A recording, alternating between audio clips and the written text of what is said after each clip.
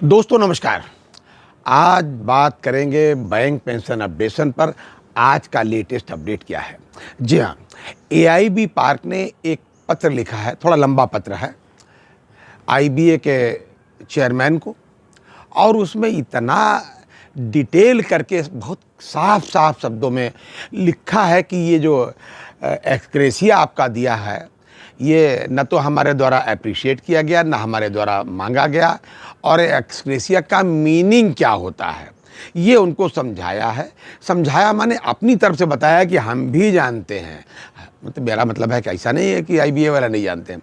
और दूसरे उन नियमों का भी हवाला दिया है कि इन नियमों के तहत भाई साहब आप हमारे पेंशन अपडेशन को क्यों नहीं कर सकते, और इन नियमों में ये व्यवस्था है 35A में। दूसरी बात, फंड्स पर भी उन्होंने कहा कि पर्याप्त फंड्स है, आप बिल्कुल परेशान ना हो, फंड्स की आपको मेहनत करने के लिए, व्यवस्था करने के लिए कोई ज़रूरत नहीं है। तमाम नियमों का उन्होंने हवाला दे रखा। लंबा पत्र है, मैं पत्र नहीं पढ़ूंगा, लेकिन पत्र आपको डाल रहा हूँ आपकी सुलभ सुविधा के लिए कि आप अपने हिसाब से इसको देखें और मन लगा के पढ़ लें।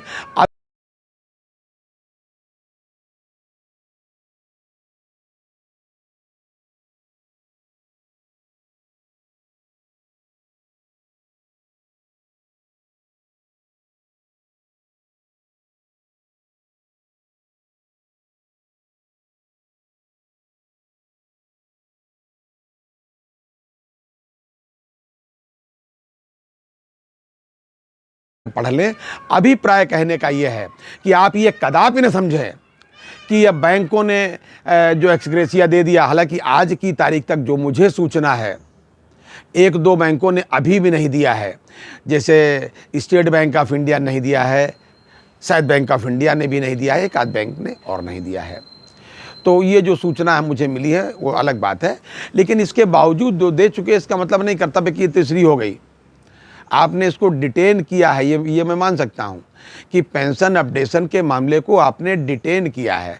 ऐसा नहीं कि हमारे मामले को, हालांकि डाइल्यूट करने का भी प्रयास किया, लेकिन ना तो डाइल्यूट हुआ है न कहीं गायब हुआ हमारा ये क्लेम पेंशन अपडेशन का, जो कि हमारे पास में तमाम नियमों के अंतर्गत हम इसके पात्र हैं। ये सारी बातें जो है एआईबी पार्क ने उसमें लिखी हैं।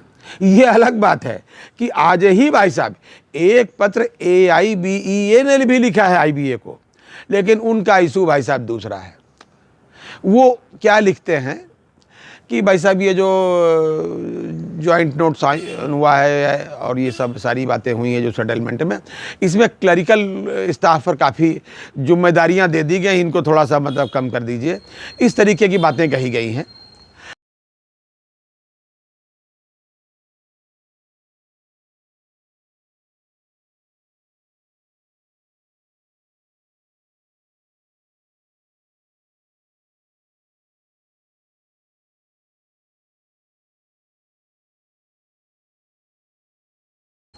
मतलब कुल मिलाकर के वो खाली क्लरिकल स्टाफ के नेता हैं, जबकि ऐसा नहीं है कि रिटायरीज भी के भी नेता हैं, और जो आज काम कर रहा है वो कल का रिटायर होने वाला व्यक्ति है। तमाम लोग ऐसे हैं जो उनके यहाँ भी रिटायर होने के बिल्कुल कगार पे हैं। नेता तो उनके खुद ऑलरेडी रिटायर हैं, लेकिन नहीं, एक दो लाइन की भी उन्होंने, एक लाइन, आधा लाइन, एक शब्द नहीं लिखा भाई साहब रिटायरमेंट वालों के बारे में, और वो अपनी पीठ थपथपाने में लगे हुए। इसके तो तमाम उन्होंने सर्कुलर पहले भी किए हैं। मतलब यूँ समझिए कि एक्सग्रेशिया को एंजॉय किया है, उसकी पार्टियां की हैं, ऐसा है भाई साहब। लेकिन एआईबी पार्क ने आज ये पत्र उनको लिखा है। एक अन्य समाचार छोटा सा भाई साहब, अभी 10 मिनट पहले तक जो मैंने देखा सुप्रीम कोर्ट की वेबसाइट पर, एमसी सिंगला साहब का जो केस है भाई साहब, उसकी डेट अभी तक उसमें फिक्स नहीं हुई है जी।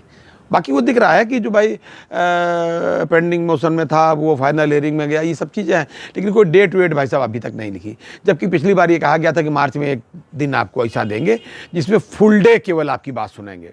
हम लोगों को बड़ी उम्मीद थी। खैर भाई, अब हम लोग सुप्रीम कोर्ट पर तो कोई टिप्पणी नहीं कर सकते, उनसे केवल मांग सकते हैं। हमारा दो ही जगह से मांगने का बड़ा अधिकार है, जहाँ कम से कम देर सवेर बात सुन तो ली जाती है, ऊपर भगवान से, नीचे सुप्रीम कोर्ट से। और सरकार को तो हम लोग प्रणाम ही करते रहे हैं, उसके लिए हम लोग तो एक संख्या हैं, वोटर हैं, वोट फिर देंगे। हम इसी सरकार को देंगे, ऐसा नहीं है। जो सरकार है कि भैया तुम बढ़िया काम कर रहे हो लेकिन थोड़ा और अच्छा कर दो। इन रिटायरीज के बारे में भी सोचो भाई साहब, हैं? क्या कर सकते हैं आपसे, बुजुर्गों के बारे में कुछ थोड़ा सोचिए। खैर, AIB पार्क ने आज कुछ किया है तो मैंने कहा आपसे शेयर करूं। ये था आज तक का अपडेट। अगली बार अन्य अपडेट के साथ, तब तक अपना ध्यान रखिए, अपने स्वास्थ्य का ध्यान रखिए, क्योंकि भैया पेंशन अपडेशन जो भी है तभी मिलेगा जब आपका स्वास्थ्य ठीक होगा। ईश्वर से प्रार्थना है कि पेंशन अपडेशन हो और तमाम वर्षों तक आप उसको एंजॉय भी कर सकें। जय हिंद, जय भारत, नमस्कार।